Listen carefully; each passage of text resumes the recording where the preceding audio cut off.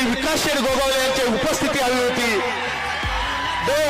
या ठिकाणी आपण पाहताय मित्रांनो, साऱ्यांच्या नजरा त्याच्यावर खेळल्यात, सारेजण त्याला डोळ्यात साठवत आहेत। हा सोहळा पहा, या बैलाला, हा बैल नाही तर बैलामधला देव आहे, आपल्या मालकासाठी आहे